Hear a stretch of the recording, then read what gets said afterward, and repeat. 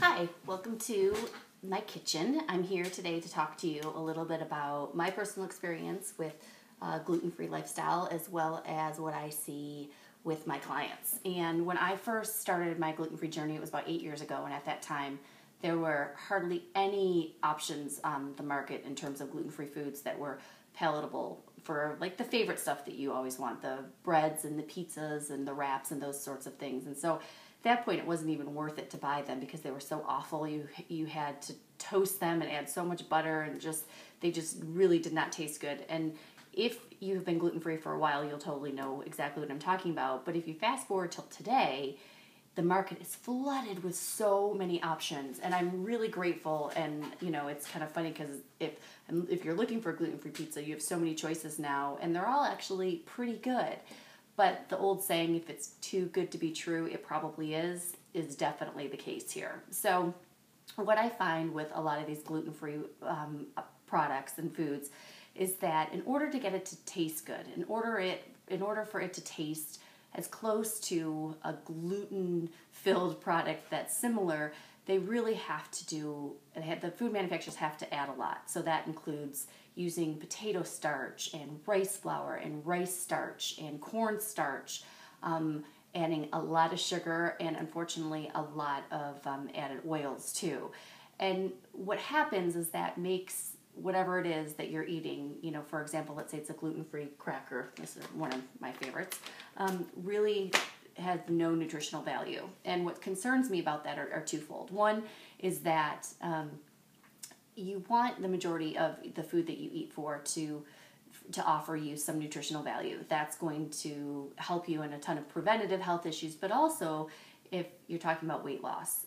All calories are not created equal, and we want to make sure that you focus on calories that are going to give you the most bang for their buck.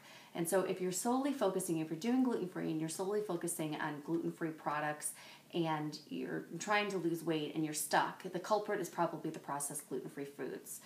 So don't get me wrong. I think it's important when you're doing gluten-free that you have those options. And as I encourage my clients and I do with myself, I definitely have my treat meals and my treat days where I indulge in my favorite pancake mix, Pamela's, by the way. But at the same time, this can't be a staple just because it's gluten-free. So if I look at the ingredients are brown rice flour, white rice flour, and then we've got buttermilk, natural almond meal, and tapioca starch, sweet rice flour, potato starch. And so all of those things add up, and they really don't offer your body any benefit. So I had a client a little while ago who I started seeing, and her name was Sarah. And when she came to me, she actually was already eating a gluten-free diet, and but she felt like she was trying to lose weight and didn't have many alternatives in terms of what she could eat because she was gluten-free.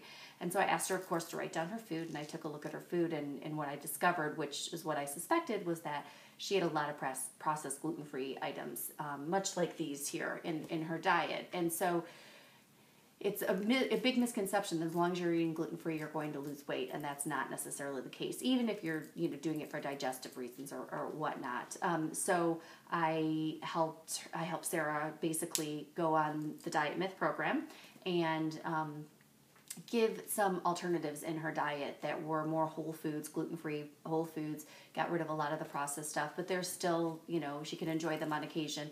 And she lost 20 pounds within a couple of months. I think it was about 3.5 months, and she feels great. And I see this as kind of a reoccurring theme, which is what motivated me to do this video, is to just kind of remind everybody and also say, if you need some help, I can definitely help you. So thanks for listening and hearing me ramble on and on. So I just want to bring attention to how grateful I am that the gluten-free market has so many options, but also to tell you to be cautious because it may be a curse and not a blessing. Have a great day.